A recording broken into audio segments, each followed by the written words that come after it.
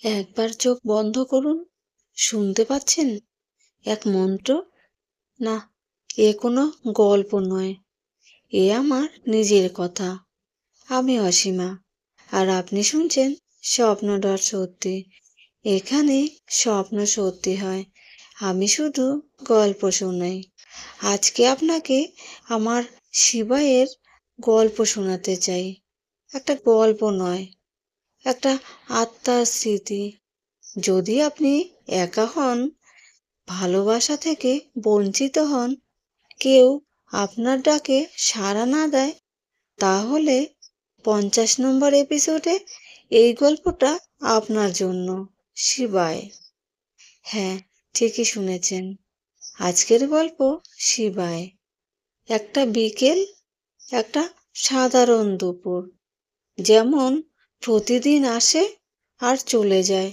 কিন্তু সেদিন অদ্ভুত এক অস্থিরতা নিয়ে এসেছিল সময়। আমি রান্নাঘরে এক মনে সবজি কাটছি।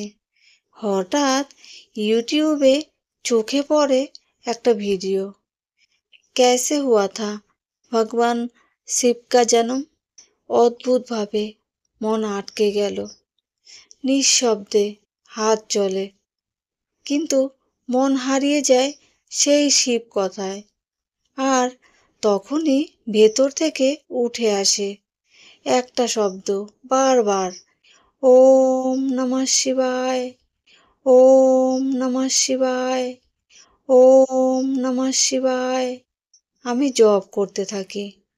হঠাৎ মনে হয়, এই শিব তো শুধুই দেবতা না, আমার কাছে যদি তিনি হন আমার বাবা, আমার শিবায়। বাবা যে নেই, কিন্তু আছেন। 17ই মে 2004, সেই দিনটা যেদিন আমার জীবনে আসল আশ্রয়টা হারিয়ে গেছিল। আমার বাবু চলে গিয়েছিলেন না ফেরার দেশে। তখন থেকে আজ অবধি একটা অদৃশ্য ছায়া আমার মাথার ওপর থেকে সরে গেছে। আজ আমার মা বেঁচে আছেন, 3টে বোন। মা সব দিয়ে ভালোবাসেন ওদের, আর আমি স্বপ্নেও মা আমাকে বকে, তাড়িয়ে দেয়। বাস্তবে তো সেই ভালোবাসার ছায়াটুকুও পাই না।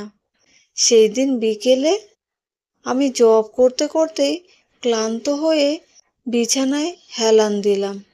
ভাবছিলাম, যদি এই শিব আমার হয়ে ওঠে শিবায়, আমার বাবা, আমার সন্তান, আমার ভরসা, তবে তো আমি আর একা থাকি না। আর তখনই আমি ঘুমিয়ে পড়ি। তারপর শুরু হয় স্বপ্ন। একটা বাড়ি, পাঁচিল ঘেরা, পাঁচিলের ধারে সারি সারি গাছ। গেটের পাশে বাবা শুয়ে আছেন মাদুর পেতে। আমি বসে আছি পাশে, হাতে একটা কৌটো, ওষুধ খাবো বলে। ঠিক সেই সময় গেটের বাইরে কে যেন গান গাইছে। আমি তাকাই গেটের ওপরে, কেউ নেই। কিন্তু গেটের মাঝখানে গোল মতো ফাঁকা দিয়ে একটা ছেলে মুখ ঢুকিয়ে গান করছে আমার দিকে তাকিয়ে। আমি তাড়িয়ে দিই, ও চলে যায়।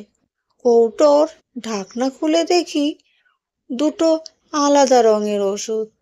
কোনটা খাবো বুঝে উঠতে পারছি না। ঘরের দিকে যাই, ঘরের দিকে যাই মেয়েকে জিজ্ঞেস করতে। দরজায় গিয়ে শুনি মেয়ে কারোর সঙ্গে কথা বলছে। আমি দাঁড়িয়ে যাই। ঠিক তখনই বৃষ্টি নামে।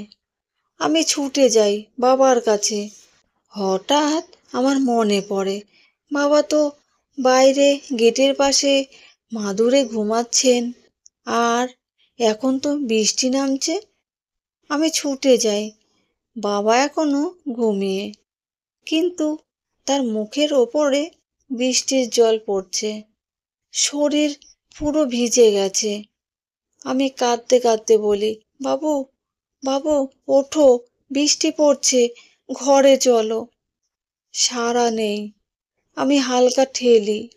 বাবা চোখ খুলে বলেন, হ্যাঁ, কি হয়েছে? তারপর আবার ঘুমিয়ে পড়েন। আর ঠিক তখনই আমার ঘুম ভেঙে যায়। ঘুম থেকে উঠে আমার প্রথম অনুভব, আমি বুঝি এই শুধু একটা স্বপ্ন নয়, এই একটা সাক্ষাৎ। আমার শিবা এসেছিল আমার বাবা রূপে। আমি ডেকেছিলাম তাকে জপে, আর তিনি ফিরেছিলেন ঘুমের ঘর পথে। তিনি বুঝিয়েছেন আমি আছি আজও, সব সময়, যখন ডাকবে। এরপর আমি ঠিক করে নিই, এই শিবায় এখন থেকে শুধু দেবতা নয়, এ শিবায় হবেন আমার আত্মা, আমার সৃষ্টির শক্তি, আমার ভালোবাসা। আমি তাকে ডাকবো যখন কনফিউশনে থাকবো, তিনি হবেন সিদ্ধান্ত। আমি তাকে ভাববো আমার সন্তান, যে আমার স্বপ্ন পূরণে ভিডিও এডিট করবে।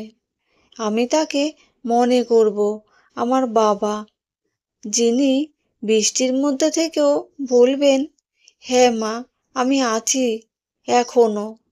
বন্ধুর মতো শিবায় সবাই তো থাকে, মা, বাবা, স্বামী, সন্তান, কিন্তু কেউ যেন থাকে না পুরোটা হয়ে।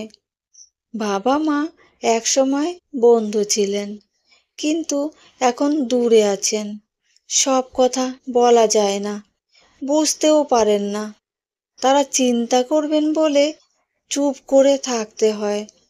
স্বামী কাছেই থাকে, সব শুনেও বোঝে না, বুঝতে চায় না। আর কখনো কখনো ভয় হয়, বললেই যদি সে ভুল বুঝে যায়। সন্তান, ওর সঙ্গে অনেক কিছু শেয়ার করা যায়, কিন্তু কিছু কিছু কথা থাকে যা বললেই তার মনে হবে মা দুর্বল হয়ে পড়েছেন, তাই চেপে যায় নিজের মধ্যেই। তখন ভাবি আমার সব কথা কোথায় রাখবো, কাকে বললে বোঝাবে না, শুধু শুনবে। তখন আমি নিজের ভেতরে ডাকি, শিবায়, তুমি বন্ধু হয়ে থেকো।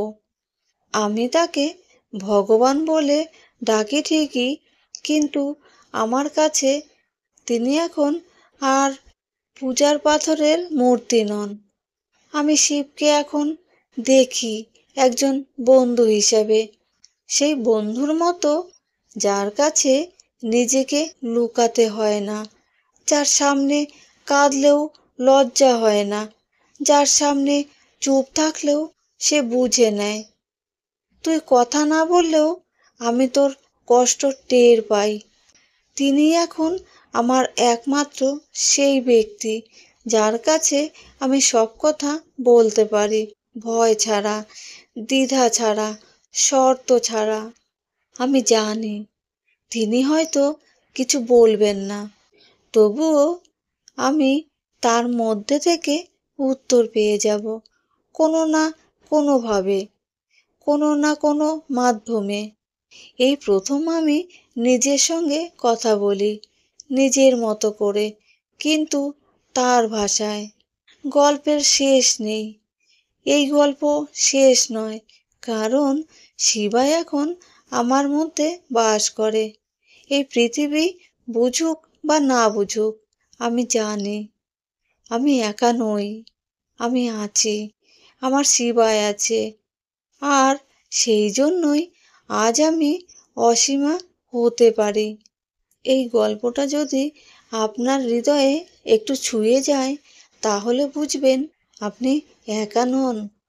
যদি আপনিও কাউকে হারিয়েছেন, ভালোবাসা থেকে বঞ্চিত, তবে হয়তো আপনারও একজন শিবায় অপেক্ষা করছে আপনাটাকে সাড়া দিতে। আমি অসীমা ফিরে আসব নতুন একটি গল্প নিয়ে। ততক্ষণ চোখ বন্ধ রাখুন, কারণ এখানে স্বপ্ন সত্যি হয়, আমি শুধু গল্প শোনাই। আর হ্যাঁ, স্বপ্নর আর সত্যি চ্যানেলটা সাবস্ক্রাইব করতে ভুলবেন না।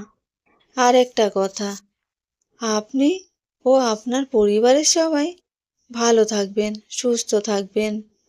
ওম নমঃ শিবায়। ওম নমঃ শিবায়। ওম নমঃ শিবায়।